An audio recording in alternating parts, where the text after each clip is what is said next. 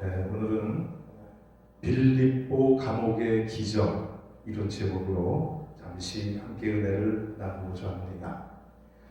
여러분, 기적이라는 말의 뜻이 무엇인지 다 아시죠? 이 사전의 의미를 찾아보니까 상식을 벗어난 기이하고 놀라운 일이다, 이렇게 풀이가 되어 있고요. 그 다음에 이것을 종교적으로 이렇게 풀이를 해보니까 신의 힘으로 이루어지는 불가사의한 일이다. 또 성령에 의한 수태나 부활이나 병자의 치유다, 이렇게 이야기를 하고 있습니다.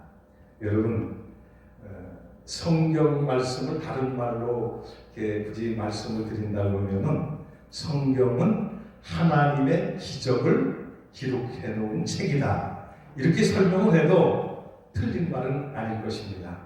성경이 창세기 1장 1절부터 태초에 하나님이 천지를 창조하시니라부터 이 기적 아닙니까?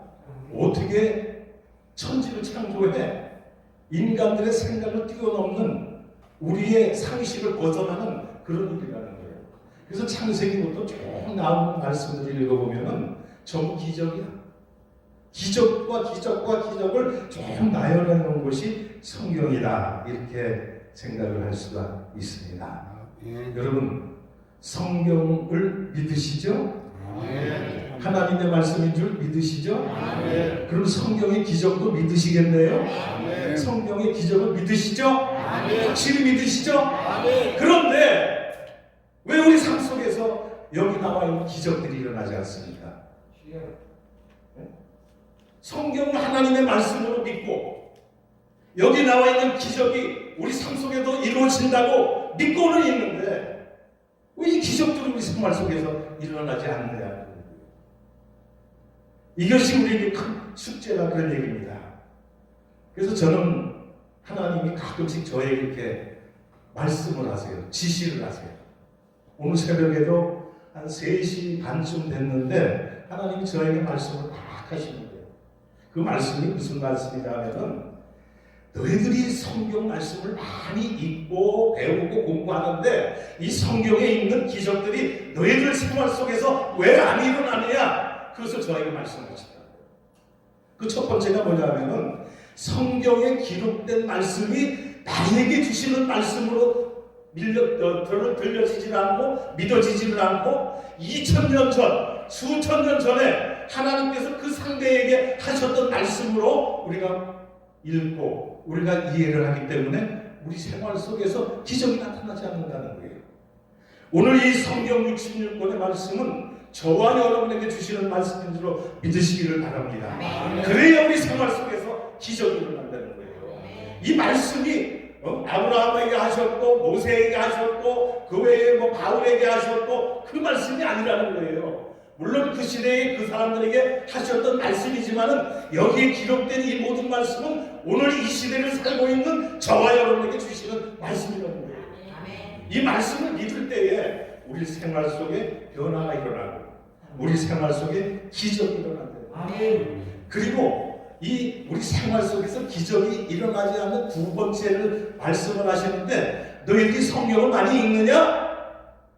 그런데 성경을 읽는데 하나님의 말씀을 깨닫고 하나님이 그 성경 말씀 속에서 우리에게 주시고자 교훈하시고자 하는 말씀을 찾으려고 하는 것이 아니라 성경 통독 숫자를 올리기 위해서 읽지 않느냐, 이런 말씀하시더라고요. 성경 백독 철독한 게 중요한 게 아니라는 거예요. 하나님이 오늘 이 성경을 우리가 읽을 때 그 말씀 속에서 저와 여러분에게 주시고자 하는, 교훈하시고자 하는 그 말씀의 뜻이 무엇인가를 깨닫기 위해서 읽으라는 거예요. 100번을 읽고 1000번을 읽고 중요한 게 아니라 말씀을 우리가 깊이 묵상하고 명상하는 거예요. 이 말씀이 어떤 말씀입니까?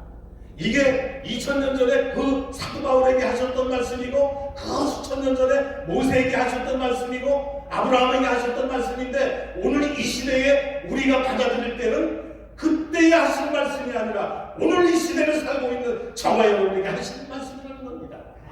그렇게 믿을 때, 그러고 읽을 때에 우리 생활 속에 변화가 일어나요.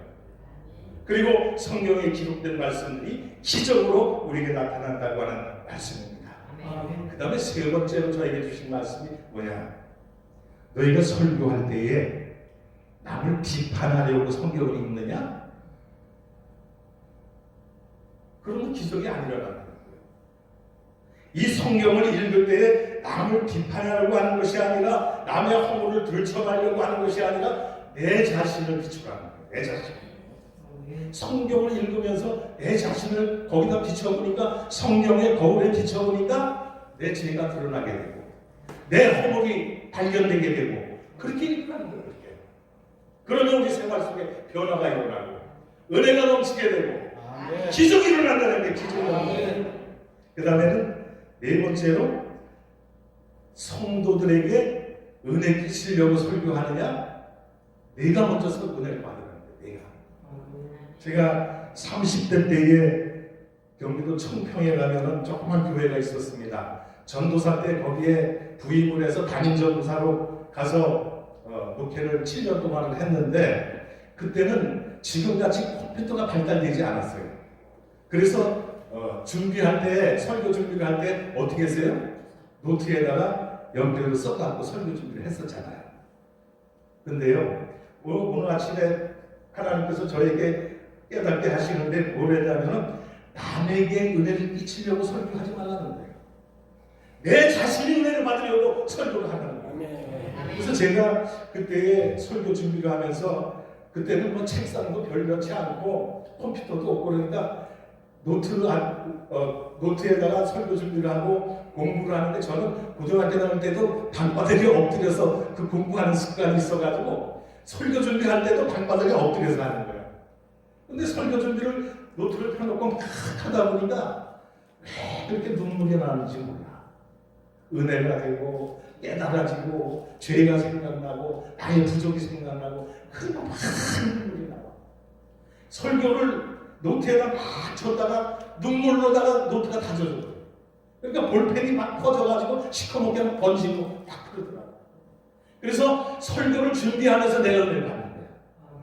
내가 설교를 준비하면서 내가 은혜를 받지 못하면 그 설교를 준비해서 아무리 가르쳐도 받는 사람들이 은혜가 안 된다는 거야. 성도들에게 은혜를 끼치려고 설교하지 말아라. 내 자신이 은혜 받기 위해서 설교하라는 거야. 그렇게 깨달음을 주시더라고요. 목사님들이 대부분 그런 생각을 합니다. 성도들하고 생활하다가 조금 마음에 거슬리는 게 있는데 직접적으로 얘기를 못하니까 설교에서 때려버리는 거예요. 그걸 갖다 까는 설교라고 그러잖아요. 오늘 목사님 또 깠네. 왜 성도들의 잘못을 지적하기 위해서 성경을 읽고 설교를 하냐? 그런 얘기예요. 내 자신을 깨달는 거예요. 내 자신을 돌아보라는 거예요.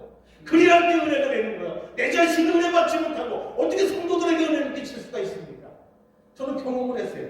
내가 설교 준비하면서 눈물이 막 나오고 가슴을 치고 통곡하면서 준비해갖고 나왔더니 큰 은혜를 받더라고.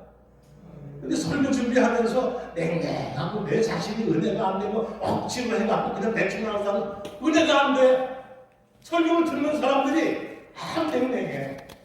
그래서 오늘 아침에 새벽에 저에게 이 깨달음을 주시는데 참에서 탁 깨갖고 그래서 새벽에 일어나서 불 켜놓고 꼭 내 노트를 풉니다. 오늘 아침에도 새벽에 일어나서 노트를 해요. 그전에는 밤에 자는데 하나님이 나에게 탁 환상을 보여주면서 내가 그 환상 속에서 노래를 탁 부릅니다. 그러다가 깨 잠을. 그러면 잠 깨자마자 노트 찾아오고 연필 찾아다가 그걸 막 쓰는 거야. 그래갖고 노래를 내가 작사 작곡을 하는 게 있어요. 하나님이 그때마다 깨달음을 주시고 은혜를 주시더라는 거예요. 그러니까 오늘 우리가 하나님의 말씀을 읽거나 설교를 하거나 할 때에 다른 사람을 위해서 하지 말라는 거예요. 내 자신을 위해서 하라는 거예요. 그렇게 하면 하나님께서 나에게 은혜를 주실 뿐만이 아니라 그 설교를 듣는 성도들에게 은혜가 된다. 여기 설교를 준비해서 설교하시는 목사님들이 계시잖아요. 이제는 이렇게 하시기 바랍니다. 내 자신을 은혜 받고 내가 못나고 부족한데 어떻게 남을 가르치고 남을 깨우치게 할 수가 있습니까? 내 자신이 먼저 회개하고 내 자신이 먼저 깨닫고 내 자신이 먼저 은혜를 받으면 자동적으로 성도에게 은혜를 받는 거예요. 깨달음을 주시더라고요. 여러분 설교가 무엇이라고 생각을 하십니까? 부흥회를 제가 많이 다닙니다. 그래서 부흥회를 하다 보면 어떤 때 다른 목사님들이 설교하는 내용을 많이 들어볼 때가 있어요. 근데 설교를 하는데 성경 어디 몇 장 몇 절에는 뭔 말씀이 있고 한참 더 그러다가 또 다른 데 가서 어디에는 또 무슨 말씀이 있고 막 나열을 하는데 나까지 헷갈리더라고. 그렇게 하는 게 아니라는 거예요. 본문을 왜 정합니까? 본문을 정해갖고 그거를 수십 번을 읽고 하나님이 이 말씀이 나에게 교훈하시는 내용이 무엇입니까? 기도하면서 막 부르짖고 그 뜻을 찾아내기 위해서 우리가 준비를 하면은 하나님께서 은혜를 주신다는 거예요. 이런 자세를 가지고 설교를 준비하고 설교를 하면 하나님은 은혜를 안 끼칠 수가 없다는 거예요. 그런 깨달음을 저에게 주시라는 그런 얘기입니다. 그렇기 때문에 오늘 우리는 성경 암송 많이 하는 것 중요합니다. 많이 해야 돼요. 그러나 설교할 때에 그런 방법으로 하는 것이 아니라 본문 속에서 저와 여러분에게 교훈하시고자 하는 내용이 무엇인가 그거를 찾아내야 되는 거예요. 성경 암송 많이 하고 여기저기서 막 길어오는 거는 흘러가는 권수, 비가 오면은 물 흘러가지 기회요? 그거에 불과하다는 거예요. 진짜 우리가 마실 수 있는 생수는 뭡니까? 땅을 깊이 파야 돼요. 그래서 겉에 흘러가는 물이 들어가서는 안 되고 오염돼서는 안 되고 하나님이 우리에게 교훈하시고자 하는 그 뜻을 깊이 있게 묵상하고 깊이 있게 연구하는 거예요.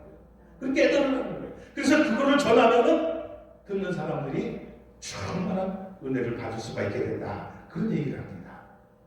오늘 본문 내용을 보면은 빌립보 감옥의 기적을 기록하고 있는 것을 볼 수가 있습니다.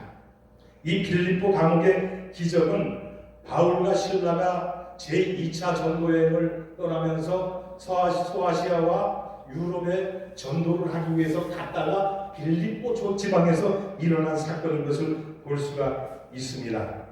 그래서 이 성경을 우리가 읽으면서 이 바울과 실라가 감옥에서 체험했던 그 모든 것들을 여기다 기록을 해놨는데 이 말씀을 읽을 때 은혜가 되고 우리에게 기적이 일어나기 위해서는 바울과 실라에게 하셨던 말씀이 아니라 오늘 저와 여러분에게 하시는 말씀인 것입니다.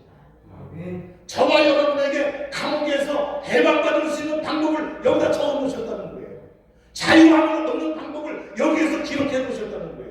그러니까 이 말씀이 바울과 실라에게 2000년 전에 하신 말씀이 아니라 2020년 현 시대를 살아가는 저와 여러분에게 깨우쳐 주시기 위해서 우리에게 자유를 주시기 위해서 감옥의 권세, 사탄의 권세를 다 깨부시고 자유함을 얻게 하기 위해서 하나님이 기록한 말씀이라고 우리가 받아들일 때 묵상하고 설교를 하고 들을 때에 이 기적이 저와 여러분의 기적이 된다고 하는 말씀인 것입니다. 종교학자들 있지 않습니까? 종교학자들은 성경을 많이 읽습니다. 성경뿐만이 아니라 불경이라든가 코란경이라든가 몰몬경이라든가 그 외에 많은 서적들을 다 읽습니다. 그 사람들이 왜 읽습니까? 그 말씀이 교훈하는 것을 찾아내기 위해서 하는 것이 아니라 그거를 연구하고 많이 해서 가르치려고 하는 거예요. 그렇게 읽는 거예요. 그러니까 그렇게 성경이 읽는데 기적이 일어나겠습니까? 안 일어나겠습니까? 안 일어난다는 거예요.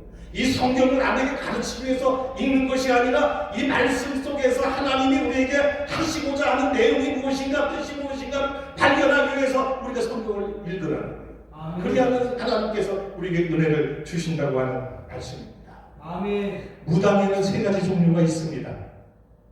첫 번째가 학습문입니다. 학습이 뭡니까? 배우는 거예요. 남에게 배워서 무당짓을 하는 사람들이 있어요. 그 다음에 세습무가 있습니다. 세습무는 뭡니까? 요즘에 목사님들이, 큰 교회 목사님들이 자기 아들에게 교회를 물려주기 위해서 하니까 세습한다고 막 떠들고 있잖아요. 북한의 김일성, 김정일, 김정은에게 세습을 3대가 세습하고 있잖아요. 이렇게 세습하는 게 있어, 무당들도. 그러나 세 번째로 뭐가 있냐면 강신무라는 게 있습니다.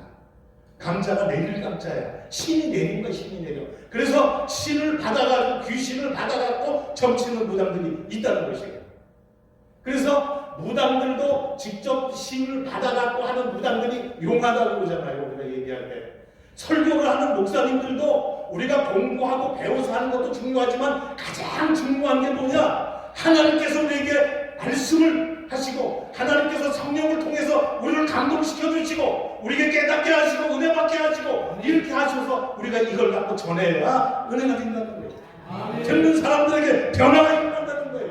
그런데 그렇게 하지 못하고 나는 냉랭하고 이렇게 있으면서 성도들 은혜 받아라, 아멘하라, 할렐루야, 그게 일어나야 하는 얘기예요. 설교하면서 아멘 안 하세요? 아멘 하세요? 왜 그 소리를 해요? 은혜가 되면 저절로 아멘이 나오는 거야. 그렇지 않습니까? 그리고 아멘 안 하세요? 아멘 하세요? 하는 건 뭐예요? 결국은 내가 은혜를 못 끼쳤다는 거예요. 내가 전하는 말씀에 은혜가 안 되고 하나님의 역사가 안 일어나기 때문에 아멘이 안 나온다는 거예요. 그러니까 하나님께서 저에게 아침에 말씀하신 말씀이 남에게 은혜 끼치려고 하지 말아라. 네 자신이 변화되지 못하고 네 자신이 은혜 받지 못하고 네 자신이 깨닫지 못하고 왜 남을 갖다가 가르치려고 그러느냐, 남에게 은혜를 주려고 하느냐, 그건 아니라는 거예요. 그래서 내가 먼저 변화받고 내가 하나님의 깊은 그 교훈을 깨닫고 은혜를 받고 하나님 앞에 말씀을, 그 하나님의 말씀을 전하면 거기에서 자동적으로 은혜가 임한다고 하는 말씀입니다. 히브리서 4장 12절과 13절에 말씀하잖아요. 하나님의 말씀은 살았고 운동력이 있어서 좌우의 어떤 검보다 예리하여 우리의 혼과 영과 골수를 찔러 쪼개기까지 하며, 하나님의 말씀은 살아있습니다. 운동력이 있습니다. 죽은 말씀이 아닙니다. 살아있는 역사하는 말씀이라는 거예요. 그 말씀을 읽는데 왜 역사가 일어나지 않습니까?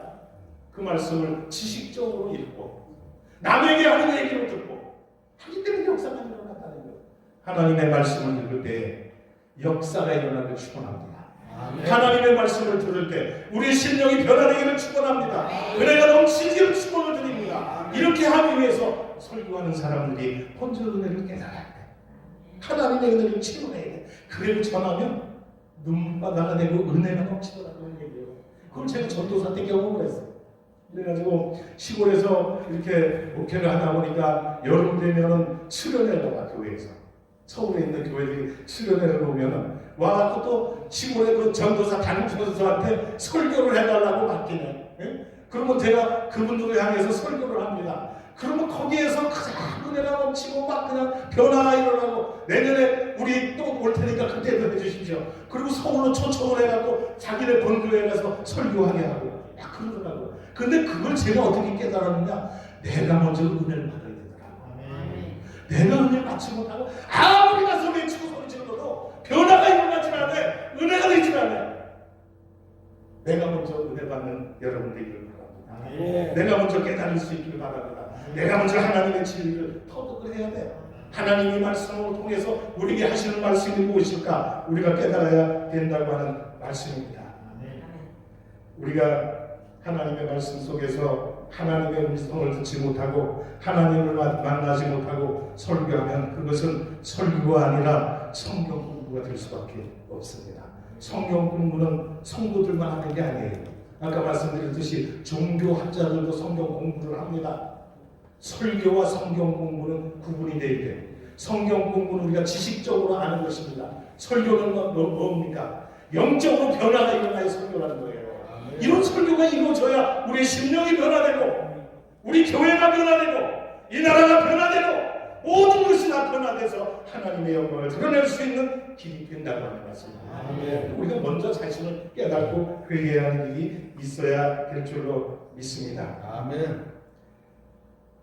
성경을 가르치기 위해서 우리가 성경을 연구하고 또 성경을 읽는다면은 아무런 효과가 없다는 말씀이죠. 그래서 오늘 이 본문의 말씀 속에서 바울과 실라가 감옥 속에서 풀려나는 기적을 체험했는데 이것은 바울과 실라가 기적을 체험한 것으로 끝쳐서는 아무 효과가 없는 거예요.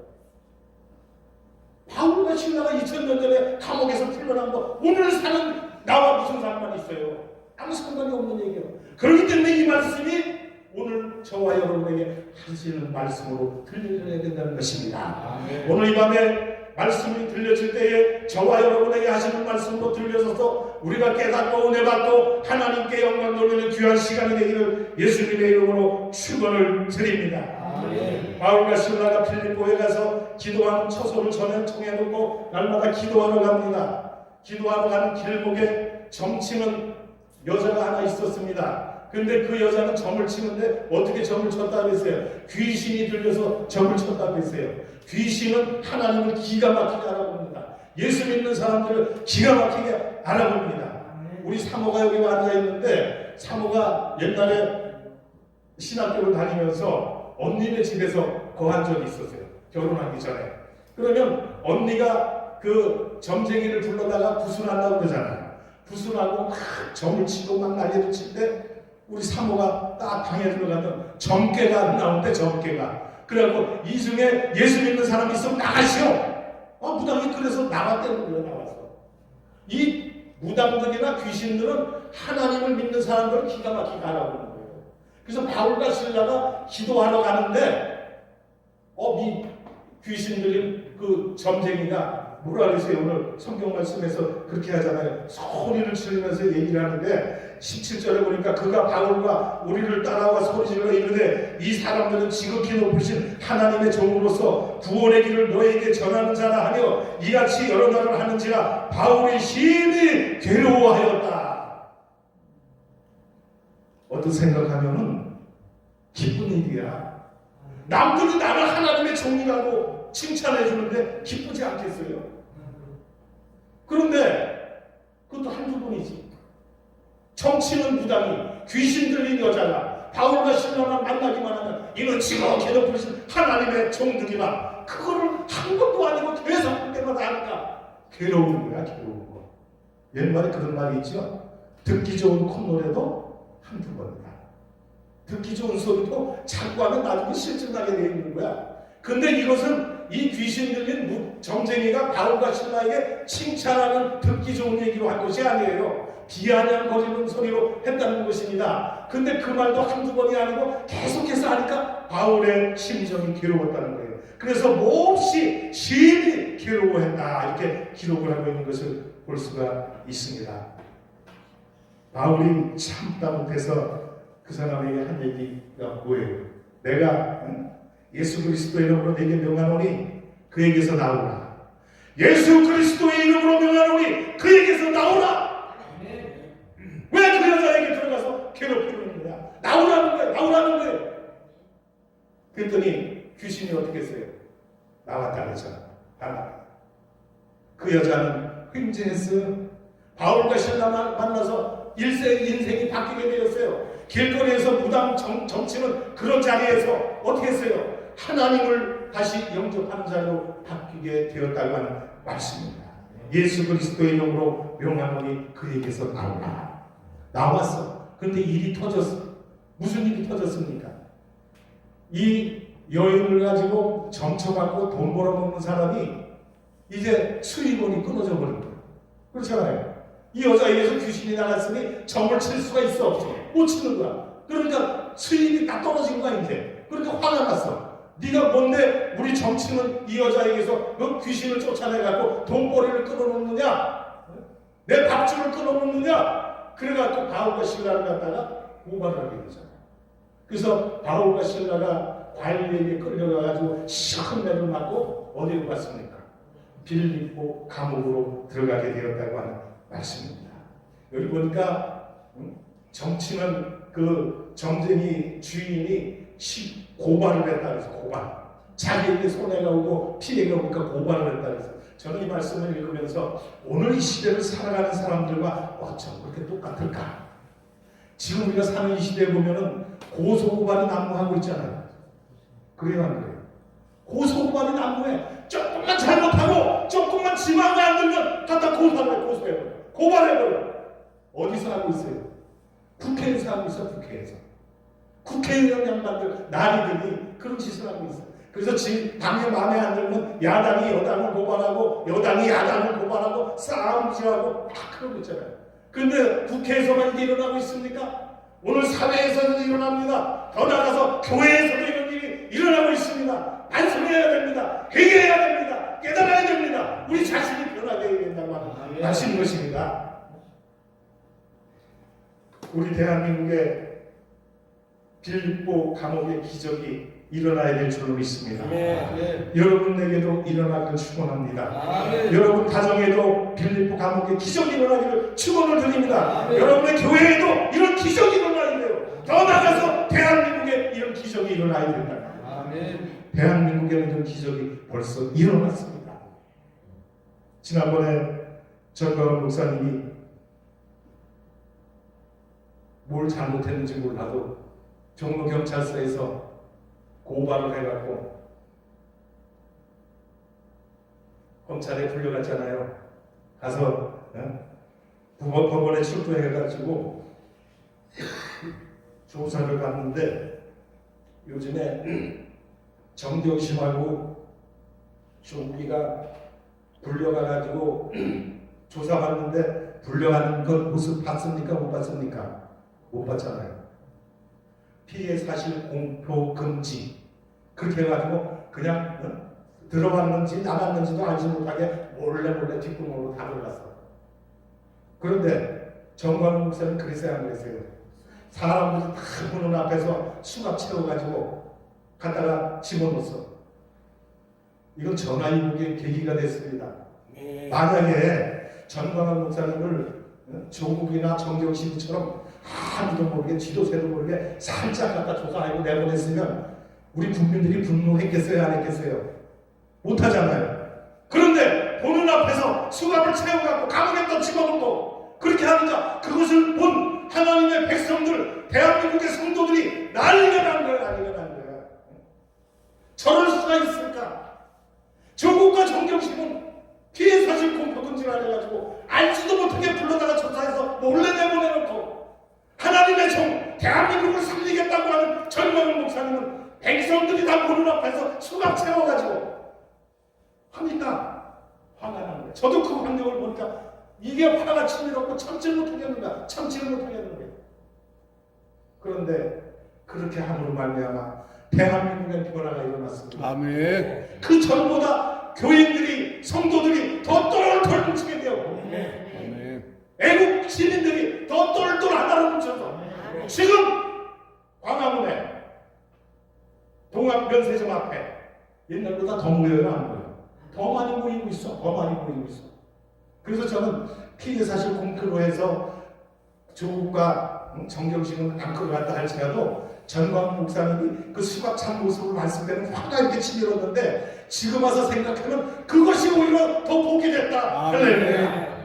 그래서 우리 민족이 각성하게 되고 깨닫게 되고 더 똘똘 뭉쳐서 애국운동하게 되고 대한민국을 살리자고 지금 나가서 부르짖고 있다고 하는 말씀인 것입니다. 오늘 우리에게 이런 기적이 일어나야 될 줄로 믿습니다. 그래서 오늘 성도들과 우리 우파 국민들은 더욱 결속하고 단합을 해서 이 여세를 4.15 총선까지 밀고 가서 이제 4.15 총선 때에는 주사파 세력이 우리 대한민국에 발붙이지 못하도록 다 몰아놔야 될 것이고 하나님의 복음으로 이 나라를 살려야 되겠다는 것입니다. 복음으로 우리가 살아가야 돼요. 대한민국이 남과 북이 통일되는데 총칼로 하는 것이 아니라 복음으로 통일이 돼야 진정한 평화 통일이 이루어진다고 합니다.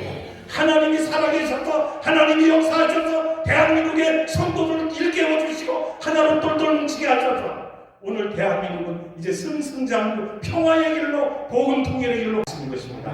그러나 이런 가운데서 우리가 깨달아야 될 것, 우리가 각성해야 될 것은 4.15 총선 때 똑바른 투표를 해야 되겠다.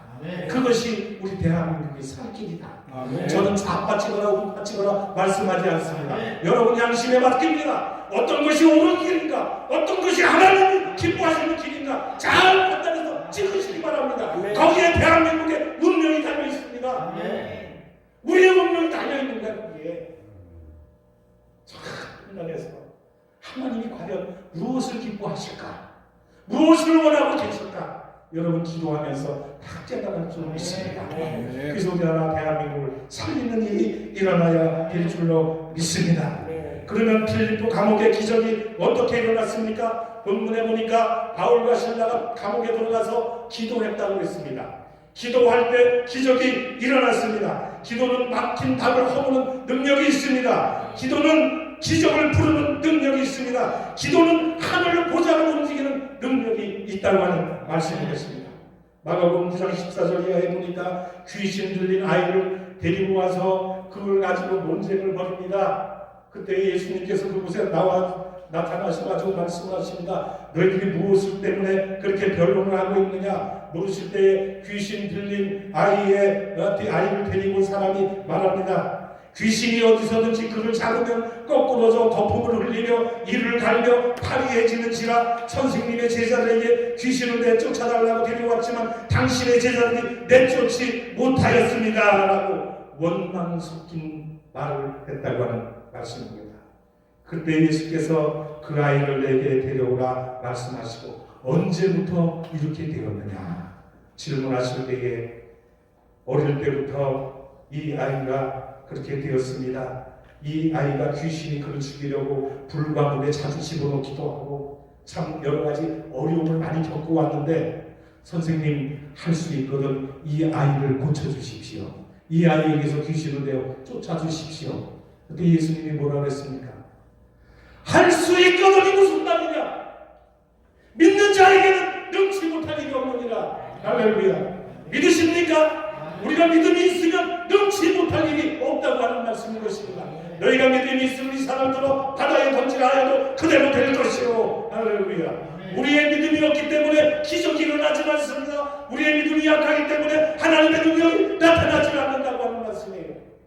오늘 이 저녁에 우리가 하나님 주시는 능력을 통해서 빌립보 감옥의 기적을 체험하는 시간이 되기를 예수님의 이름으로 축원을 드립니다. 그때 제자들이 예수님에게 질문을 합니다. 우리는 어찌하여 귀신을 쫓아내지 못하였나이까? 예수께서 대답하시되 기도 외에는 이런 종류가 나갈 수 없느니라. 할렐루야. 기도는 만사를 해결하는 능력이 있다는 거예요. 기도는 하늘 문이 열리고 보좌를 움직이는 그런 힘이 있다는 거예요. 기도할 수 있기를 바랍니다. 기도할 수 있는데 왜 실망하십니까? 기도할 수 있는데 왜 원망하고 왜 실망하고 왜 넘어지냐 그러냐. 기도에서 하나님 주시는 능력을 체험하는 저와 여러분이 되기를 예수님의 이름으로 축원을 드립니다. 빌립보 감옥에 수감된 바울과 실라는 기도를 통하여 지진을 불러왔고 옥문을 열었고 간소의 가족들을 구원시킬 수가 있었다고 하는 말씀입니다. 열왕기하 6장 8절 이하에 이렇게 읽어보면 도단성에 있는 엘리사에 대한 기록이 있습니다. 엘리사가 도단성에 있을 때에 아람 왕이 엘리사를 잡아 죽이려고 이 도단성을 포위를 했습니다.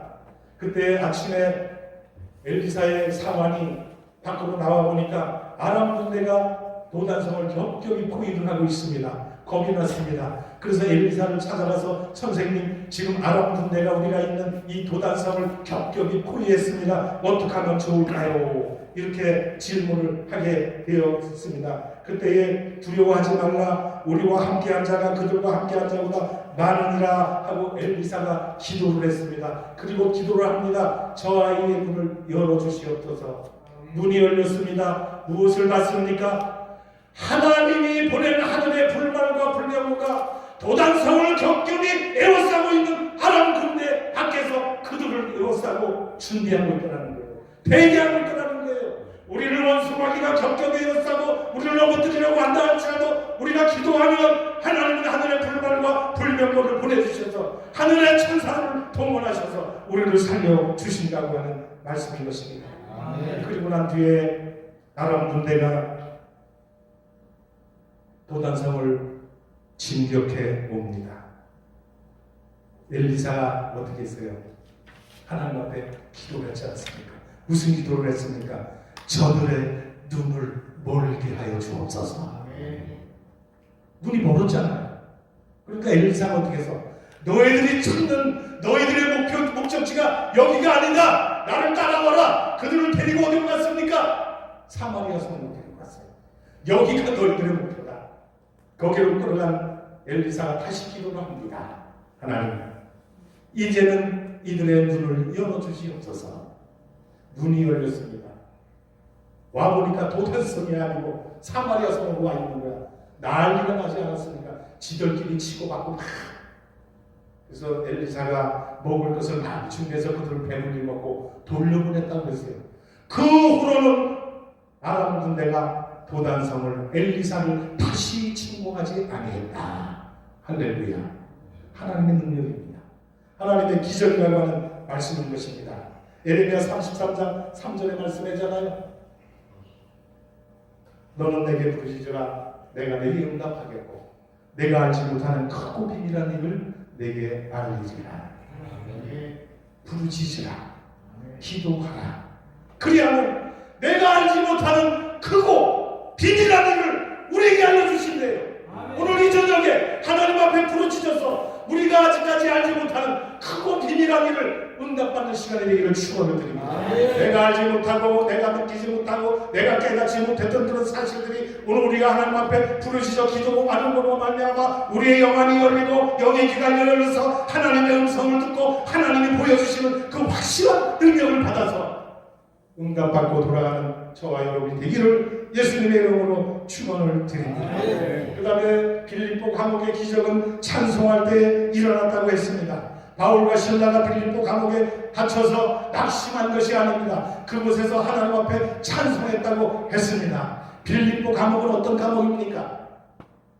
바울과 실라가 갇혔던 빌립보 감옥은 지하에 있는 겁니다. 지상에 있는 감옥은 가벼운 죄를 지은 사람들을 수감하는 곳이고 큰 죄를 지은 사람들은 지하 감옥에다가 집어넣게 되어 있었습니다. 근데 바울과 실라가 지하 감옥에 들어가가지고 낙심하지 아니하고 찬송을 했다. 그때 하나님의 기적이 일어났다는 말씀인 것입니다.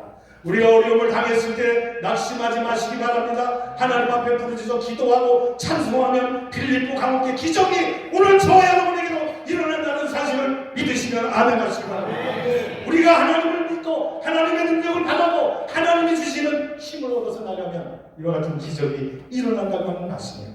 역대하 20장에 보면 여호사밧이 암몬과 모압 작들이 쳐들어왔을 때에 어떻게 했습니까? 성가대를 조직해서 앞세우고 적군을 향해 진격해 나갔습니다. 하나님께서 싸워주셨습니다. 하나님께서 해결해 주셨습니다. 모압과 암몬 자손들을 다 쓸어버리셨습니다.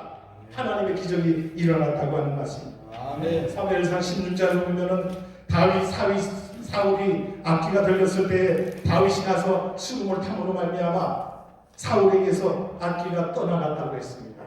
오늘 우리 생활 속에서 귀신의 장난, 사탄의 장난, 어려움과 우리가 헤어쳐 나갈 수 없는 그런 일들이 있을 때 기도하고 찬송하면 이런 기적이 우리 삶 속에서 일어난다고 하는 말씀입니다. 여러분 어려움을 당하여 낙심할 때에 찬송하시기 바랍니다. 기도하시기 바랍니다. 그러면 빌립보 감옥의 기적이 오늘 저와 여러분의 기적으로 변할 줄로 믿는 것입니다.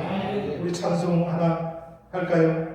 이 빌립보 감옥의 기적을 제가 이렇게 하다 보니까 거기에 많이 은혜가 되는 찬송이 있더라고요.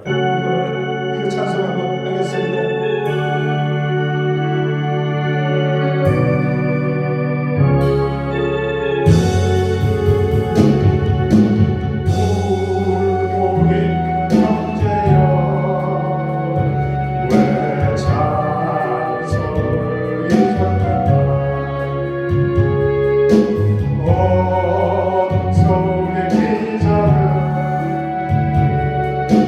기적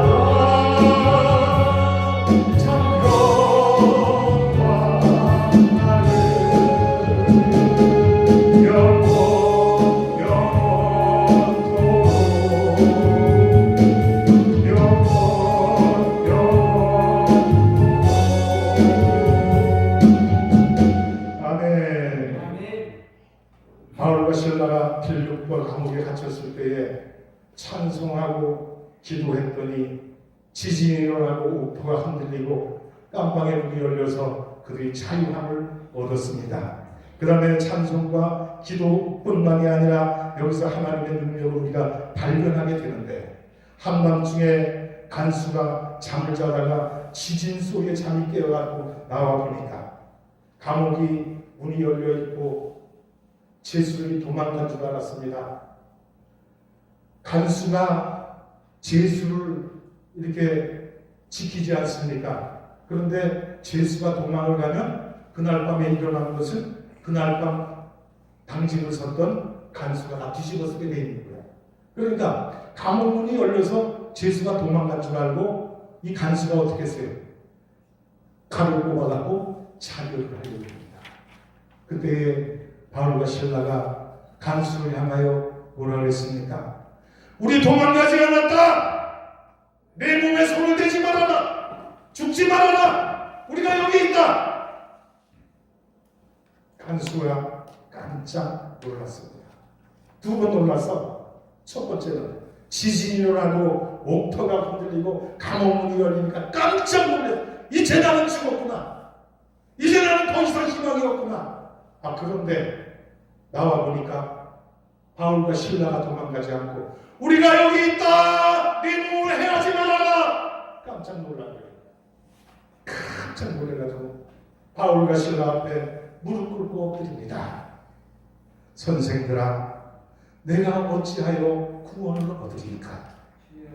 주 예수를 믿으라. 그리하면 너와 내 집이 구원을 얻으리라. 할렐루야. 주 예수를 믿는 길밖에 없다는 것입니다. 우리가 살 길은 예수밖에 없다는 거예요. 다른 이로서는 구원을 얻을 만한 다른 이름을 준 적이 없다니, 예수 외에는 우리를 구원할 이름이 없다는 것입니다. 예수를 믿어야 우리의 구원이 열리는 줄로 믿습니다. 예수를 믿어야 우리가 영생에 들어가는 줄로 믿습니다. 예수를 믿어야 빌립보 감옥의 기적이 일어난다고 하는 말씀인 것입니다. 바울과 실라의 찬송과 기도는 간수뿐만이 아니라 그의 온 가족을 살리는 능력이 되었던 것을 우리가 성경을 통해서 알 수가 있습니다. 간수는 기뻤습니다. 어찌할 바를 모릅니다. 그래서 집에 있는 모든 식구들에게 이 사실을 알리고 바울과 실라가 매를 맞아서 상처난 것을 치료해주고 그를 집으로 데려다가 맛있는 음식을 차려주고 모든 식구가 기쁨에 잠겼다는 거예요. 구원에 들어갔다는 거예요. 오늘 이런 기적이 오늘 여러분과 우리 가정에 일어나기를 축원을 드립니다. 아직까지 우리 가족의 식구들이 구원받지 못한 그런 식구들이 있다고 한다면 오늘 이 밤에 하나님 주시는 능력을 통해서 빌립보 감옥의 기적을 치러가는 우리 모두가 될 수 있기를 예수님의 이름으로 축원을 드립니다. 그래서 우리 가족의 모든 식구들이 구원에 들어가고 기뻐 뛰며 하나님을 찬양하고 하나님과 함께 영광을 누리며 살아가는 우리 모두가 되어야 될 줄로 믿는 것입니다. 이와 같은 기적이 오늘 저와 여러분에게 일어나기를 축원을 드립니다. 여러분 가정에도 일어나기를 축원을 드립니다. 더 나아가서 대한민국에 이런 기적이 일어나야 될 줄로 믿습니다. 그래서 대한민국의 모든 사람들이 예수님을 만나고 하나님의 능력을 체험하고 이 나라를 살리고 복음으로 통일하고 전 세계에서 두 번째 나라는 잘 사는 나라가 되어야 되지 않겠습니까? 잘 사는 나라 첫 번째 미국, 두 번째 누구? 누구?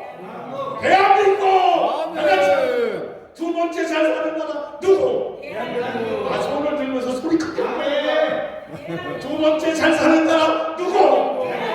대한민국! 대한민국이 돼야 되는 거예요.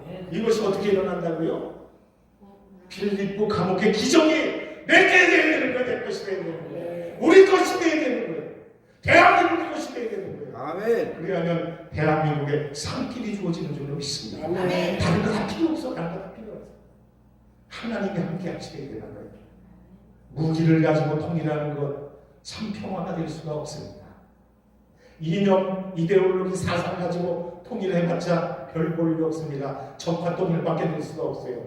그러나 하나님의 말씀으로 복음 통일이 되면 이 나라에는 창조가 오고 하나님의 은혜가 넘치고 하나님의 축복을 체험하고 이 나라가 잘 사는 나라로 바뀔 수가 있게 된다고 하는 말씀입니다. 사랑하는 우리 성도 여러분, 우리가 어려울 때에 하나님께 부르짖으면 하나님의 능력이 나타나는 걸로 믿습니다. 제가 마지막으로 간증 하나 하고 마치겠습니다. 제가 시골에서 전도사 때 부임을 해서 목회를 하러 갔는데 참 힘들고 어려워. 먹을 것이 없고 또 녹음도 안 나고 30대 초반에 거기를 갔는데 우리 딸아이가 그때 4살 된 거를 데리고 갔어요. 처음에 갈 때는 우리 아이가 얼마나 좋아하는지. 장소가 어디냐면 청평이하고 댐 있지요. 그 댐 호수 있잖아요. 그 위에다가 설악가는 도로가 쫙 나 있잖아. 거기를 차를 타고 다 가고 내려다 보니까 이야 잔잔한 호수가 펼쳐져 있죠. 양쪽에는 산이 있죠. 푸른 나무들이 쫙 모여져 있죠. 우리 딸아이 눈에는 그 광경이 너무나 아름답고 너무나 좋았나 봐. 이야 그림 같은 곳이다. 너무나 좋다. 이렇게 갔어 거기를. 막상 가보니까 성도가 없어. 그래서 그곳에서 고생하면서 살았는데 제일 마지막 힘들었던 게 우리 딸아이가 심장병을 가지고 태어났네.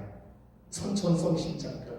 그래가지고 4살에 가서 벌써 4년을 지나니까 학교 입학해야 되잖아요. 그래서 학교를 입학을 했는데 학교에서 집까지 거리가 200m 정도밖에 안 돼. 200m도 안 돼. 한 100m 조금 넘을 거예요. 근데 학교를 갔다 오면은 녀석이 숨이 그냥 헐떡헐떡 차가지고 어떻게 할 줄을 몰라. 하루는 학교 갔다 와가지고 가방을 내려놓고 털썩 주저앉는데 얼굴이 노래가지고 주저앉더라고요. 그리고 하는 말이 무엇이냐. 아빠 나 수술해주면 안 되겠어요? 수술해주면 자기가 건강해가지고 뛰어놀 수 있다는 걸 어서 얘기를 들었나봐. 체육 시간 되면은 친구들은 다 운동장에 나가서 공 차고 뛰어놀고 다 재밌게 노는데 이 녀석은 나가지 못하고 창문 열어놓고 하염없이 그것만 노는 것만 쳐다봅니다. 그러니 어린 마음에 얼마나 상처가 되겠어요. 그러니까 아빠한테 집에 돌아와 하는 얘기가 아빠 나 수술해주면 안 되겠어요? 그 말을 듣는 이 심정이 얼마나 행복했습니까? 먹을 게 없어서 라면으로 끼니를 이어가는 그런 형편인데 수술해줄 돈이 없어. 그래서 아는 사람들 다 찾아갔지. 형제도 찾아가고 친척도 찾아가고 이웃도 찾아가고 옛날에 내가 기자 생활을 했으니까 아는 사람들 다 찾아가서 내 사정을 얘기하고 형편을 얘기했지만 들어주는 사람이 없습니다. 나중에 실망이 돼. 그래서 집에 들어와갖고 우리 안 사람을 앉혀놓고 얘기를 합니까? 여보 우리가 할 만큼은 했잖아. 노력은 했잖아. 수술해주기 위해서 이 사람 저 사람 다 찾아가서 얘기해봤잖아. 그렇게 듣는 사람이 아무도 없어. 반응이 없어. 어떻게 하면 좋겠어? 여러분 이제는 하나님을 의지합시다. 인간들을 의지하지 말고 방백들을 의지하지 말라. 심판 146년 3절에 우리에게 말씀합니다. 인간들 도움을 청해봤자 인간들이 도움을 안 줘. 방백들을 의지하지 말라. 누구를 의지하라고? 하나님을 의지하라. 아멘. 그래서 그날부터 기도를 들어갔습니다. 우리 사람 앞에 기도 제목을 놓고 언제까지 기도할까? 응답될 때까지. 한 달 100일 1년이 아니야. 응답될 때까지 하나님 이 기도를 들어서 응답해 주실 때까지 우리는 기도를 그치지 않겠습니다. 기도를 했어요. 1년이 딱 지나는 날 여의도 순복음교회에서 전화가 따르르 왔어. 회복교회 김도열 전사님 맞으시죠? 예, 제가 김도열 전도사입니다. 그랬더니 여기는 여의도 순복음교회 심장재단입니다. 할렐루야. 하나님이 하시는 하나님. 사람들을 의지하고 친척들을 찾아가고 이웃을 찾아가도 아무런 효과가 없었는데 하나님께 맡기고 하나님께 부르셨더니 하나님께서 들으시고 응답하셨다. 할렐루야. 그래서 여의도 순복음교회 도움을 받아서 돈 한 푼 들이지 않고 심장 수술 잘 맞춰가지고 이 녀석이 건강하게 자라고 지금 시집가서 딸을 5을 낳고 모 대학교에서 영어를 가르치고 있습니다. 할렐루야. 여러분 우리가 어려움을 당하고 시험을 당하고 괴로운 가운데 있을 때 사람 바라보지 마세요. 인간들을 의지하지 마세요. 하나님을 바라보시기 바랍니다. 하나님을 의지하시기 바랍니다. 그러면 하나님께서 응답해 주신다는 거예요. 빌립보 감옥에 갇혀 있는 바울과 실라가 감옥에서 하나님을 의지하고 기도하고 찬송했더니 기적이 일어났어요. 기적. 옥토가 흔들리고 지진이 일어나고 옥문이 열리고 발에 채우는 착고가 열리고 기적 아닙니까? 어떻게 감옥에서 나올 수가 있어? 못 나오는 거예요. 하나님의 기적을 통해서 그들은 자유함을 얻었다. 하나님이 하셨다. 오늘 빌립보 감옥의 기적이 바울과 신라가 2000년 전에 경험했던 그 기적이 아니라 오늘 이 자리에 나와 앉아있는 저와 여러분의 기적이 되는 거예요. 그래야 하나님의 능력 아닙니까? 이러한 기적을 체험하는 모두가 될 수 있기를 축원을 드립니다. 그래서 오늘 양평금식 기도원에 와서 부르짖고 하나님을 찾는 여러분에게 이러한 기적이 일어나기를 축원을 드립니다. 하나님이 응답하셔서 하나님이 축복하셔서 여러분이 안고 온 모든 문제가 다 해결돼 응답받고 돌아가는 놀라운 축복의 시간이 되기를 예수님의 이름으로 축원을 드립니다.